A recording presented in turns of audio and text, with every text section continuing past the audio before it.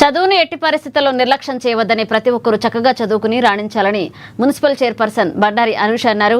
సోమవారం ఆదిలాబాద్ ప్రభుత్వ arts and commerce degree కళాశాలలో ప్రిన్సిపల్ డాక్టర్ ఆతిక్ బేగం అధ్యక్షతన జరిగిన విద్యా వారోత్సవాల కార్యక్రమానికి ఆమె హాజరయ్యారు. విద్యార్థులు పట్టుదలతో చదివి ఉన్నత శిఖరాలను అధిరోహించాలన్నారు.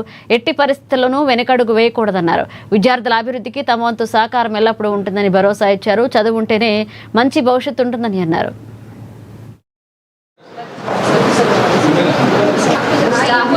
Gracias.